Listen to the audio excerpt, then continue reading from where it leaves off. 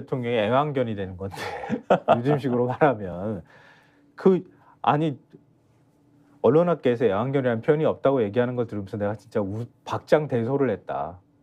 감시견과 애완견이 왜 없는 표현이냐, 그죠? 애완견이라는 말은 있죠. 왜 없습니까? 그건 있는데 뭐 아니 그러니까 그런 표현 자체가 없대. 그런 걸 안 쓴대 그런 말을. 뭐 그런 거를 버젓이 언론학자들이 떠들고 있더라. 정말 창피한 줄도 아니, 뭐 모르더라. 있기야 있죠. 아니 그러니까 하여튼 근데 한동훈 위원장의 앞날이 험할 것 같다고 어제도 우리가 전해드렸잖아요. 그게 뒤끝이 굉장히 길게 가고 있다는 게 느껴지는 게 조선일보 8면 보시면은 기사가 나와 있어요. 김경렬 누가 데려왔어? 저 그림이 귀엽습니다. 상당히. 야, 이철규하고 한동훈 같이 손가락질하면서 싸우고 있는 거야. 중간에 김경률이 딱 들어가 있고. 김경률 전 비대위원 표정이 상당히 절묘합니다. 네. 왜 날 갖고 그래? 이런. 그러니까 지금 어제 경제신문이 보도한 기사 그 내용 때문에 이철규 의원이 그걸 KBS하고 인터뷰하면서 언급을 하는 바람에 일종의 뭐라고 색깔론이 아니라 뭐라 하지?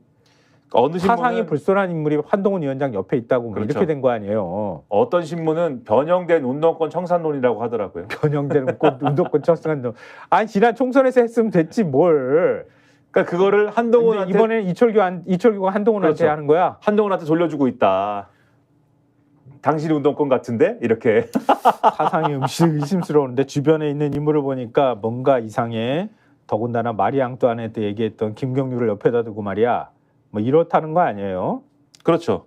그것 때문에 소동이 막 빚어지고 있는데 근데 이게 누가 영입했어? 이거 가지고 책임론이 거론되고 있다는 거 아니에요? 그래서 지금 말씀하신 이철규 의원이 그렇게 얘기를 하니까 한동훈 위원장 당신 주변에 있는 사람들이 수상해. 김경률, 진중권, 그다음에 신지호 이런 사람들 뭐야? 이렇게 나오니까 김경률 위원 등 그러니까는 요 사람들이 김경률을 영입한 사람이 이철규 아니야? 당시에 인재영입위원장이었던 이철규 의원이지 않습니까?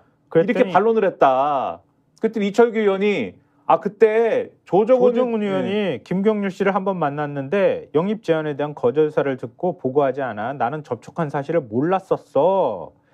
한 전 위원장이 영입해 비대위원이 된 거야. 이렇게 서로 간에 책임론, 그러니까 책임 떠넘기기 하듯이 이런 식으로 얘기를 하고 있다는 거죠. 그러니까 아까 그림에서 김경률 전 비대위원은 중간에서 난 뭐야 이렇게 되고 있는 거죠. 난 뭐야 도대체 여기서. 난 비대위원도 한 사람인데 난 여기서 뭐야. 국민의힘 전당대회 재밌겠다 보니까. 근데 여기서 이제 그럼 이 논쟁을 왜 하고 있는지가 결국은 여기 기사에서 이렇게 써 있어. 이번 공방을 두고 당대표 선거에서 80%가 반영되는 당심 판세를 유리하게 끌고 가려는 계산이 작용한 것이라는 분석이 나온다. 영남권 당원들이 한 40% 차지하는데. 그렇죠.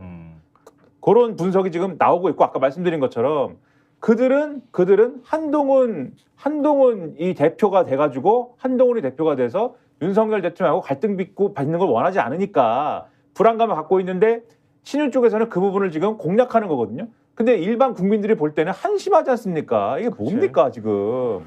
요런 거나 하는데 윤 대통령은 한동훈 마음 떠났다니까. 그러니까 요런 거를 첫째, 요런 거 이렇게까지 하는 이유는 윤석열 대통령이 한동훈은 절대 안 돼! 라고 하지 않았으면 일이 이렇게 될 리가 없고 그렇지, 될 리가 없지. 그런 상황인 거고 둘째로 이런 얘기나 하고 있는데 과연 한동훈 전 위원장이 기자회견 같은 걸 해서 세상명 특검 수용합니다. 이런 말을 할 수 있는 분위기겠느냐. 그렇지도 않고 한동훈 대표가 되면 한동훈의 국민의힘은 그러면 그런 방향으로 갈 수 있는 당이겠느냐. 그렇지도 않다. 이미 지금 다 드러났다. 이 상황에서. 국민의힘 비상사태를 선언하십시오. 윤석열 대통령. 차라리 그게 낫겠습니다. 그래야 할 것 같습니다. 마지막으로 이 소식은 너무 지저분해가지고 진짜 소식 전해드리기도 싫다 진짜. 한 경향신문 신면 보여주십시오. 채용 합격자 이력 나열하며 성향 뻔해라고 인권위원회에 얘기를 했다 이런 건데요. 뭐 김용원 상임위원 얘기는 저희가 전해드렸었잖아요, 계속. 근데 김용원 이충상 상임위원이 두 콤비가 있어요. 네. 지난 13일 이게 그때 그 김용원 의원 그 김용원 그 상임위원이 기자들한테 기레기라고 하고 막 쓰레기 같은 뭐 이런 말은 나왔을 때 그때 회의잖아요.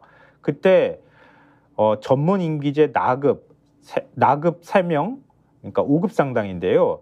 이 경력 채용 과정에서 자신들의 의사가 반영되지 않았다며 불만을 나타냈다고 합니다.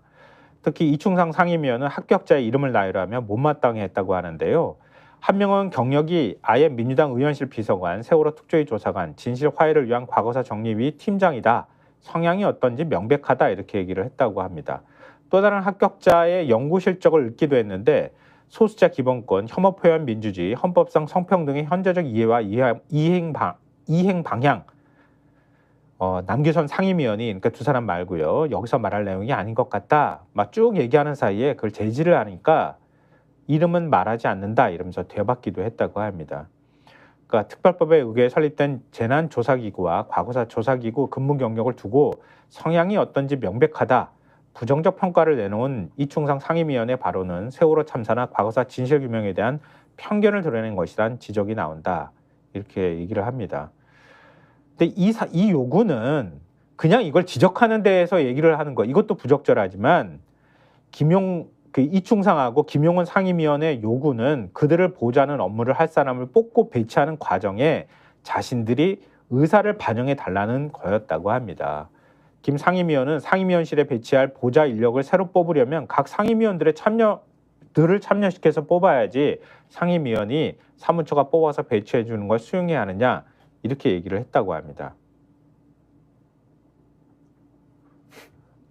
공모 절차를 거쳐서 하는 사람들이고 선정이 된 사람들이잖아요. 사장입니까? 당신이 사장이에요? 사장이 되려고 하나 봐. 그 한겨레 신문 구면 보여주십시오. 이걸 끝으로 오늘 마무리하려고 합니다. 근데 그 두 명이 차기 인권위원장을 지금 노리고 있답니다. 그냥 이것만 전해드려도 되지 않을까요? 여기서 하나만 말씀드릴게요. 그럼 이 두 사람이 내가 차기 인권위원장이 되고 싶어요라는 분위기에 대해서 네. 내부에서 얘기가 나올 거 아닙니까? 평이 나올 거 아니에요? 네. 김용원 의원이 위원장이 되면 위원회를 더 악착같이 장악하려 할 것 같고 이충상 위원이 되면 위원회가 희화화될 것 같다. 김용원은 최악, 이충상은 차악이다.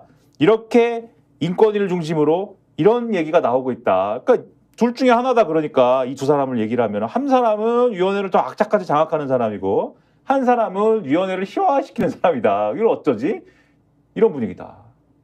그래도 하면 될 것 같은데 큰일이다. 이게 변수가 있다면 이 두 사람 외에 용산에서 점 찍은 외부에서 오는 인권위원장 후보가 있다라면 그러면 이 두 사람이 안 될 수도 있는데 그 비슷한 사람이 오겠죠. 그것도 그러면. 그러니까 원래 인권위원장 하려면 후보 추천위원회 구성해야 된다 그러잖아요. 그러니까 3년 전에는 5월 말부터 후보 추천위가 구성돼서 위원장 후보를 공모했다고 하는데요. 현재 대통령실은 아무런 움직임이 없는 상황이라고 합니다. 스픽스는 말하는 언론입니다. 대세는 유튜브, 그중에서 스픽스. 좋아요, 댓글, 구독, 알림 설정. 여러분이 저희를 사랑해 주시고 우리가 여러분을 사랑하는 4가지 방법입니다.